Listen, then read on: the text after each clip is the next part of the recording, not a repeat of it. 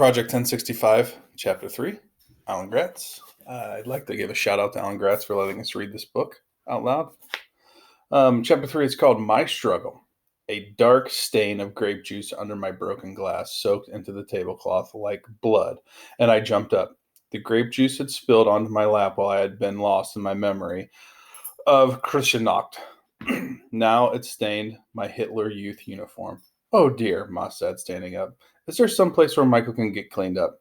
Servants were already descending on the table to mop up the spill. The lady of the house, a woman in a burgundy dress with a white pearl necklace and earrings, stood and gestured to one of the servants. Of course, it's just around the corner and down the hall on the right.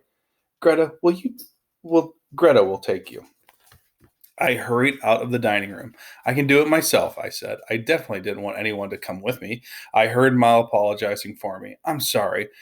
Now that he's 13, he won't let me do anything for him either. He'll be all right.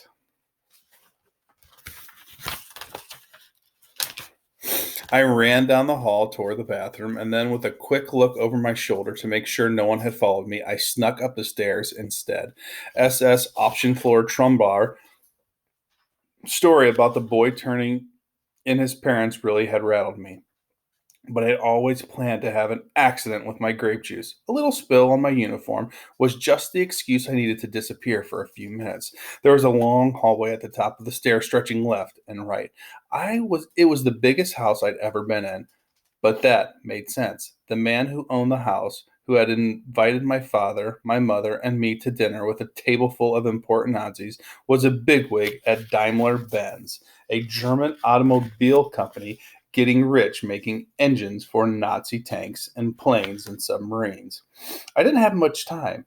I hurried down one of the hallways, peeking in through the doors until I finally found one that looked like a study. The walls were lined with bookcases, some of which held trophies and pictures of race cars. I hurried to the big desk that backed up against a wall of curtained windows.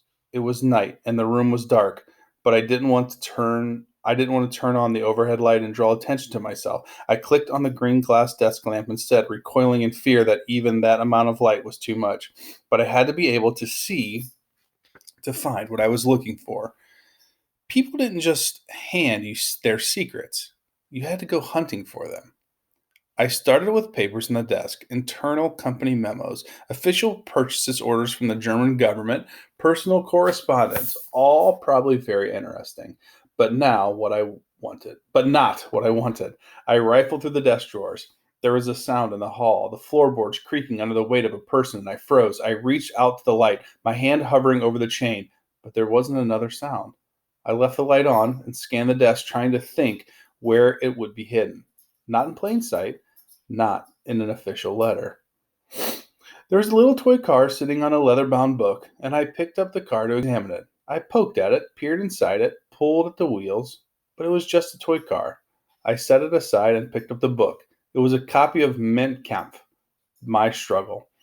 The book Adolf Hitler wrote while he was sitting in a jail cell in Munich for trying to overthrow the government back before I was born.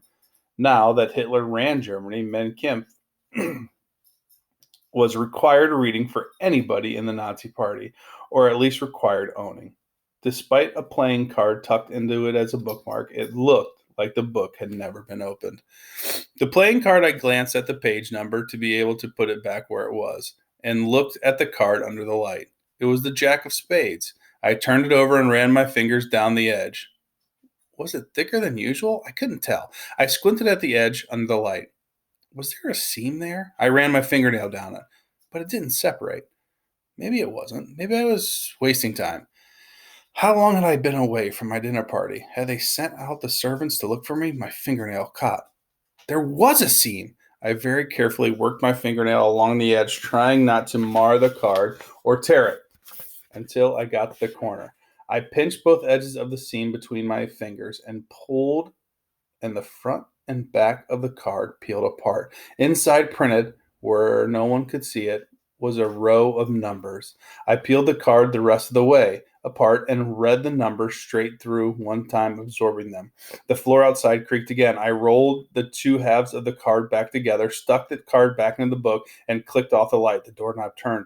The door groaned. on its hinges, someone was coming. It's the end of our chapter. All right. We'll continue reading our book on Wednesday. Or next Monday, sorry.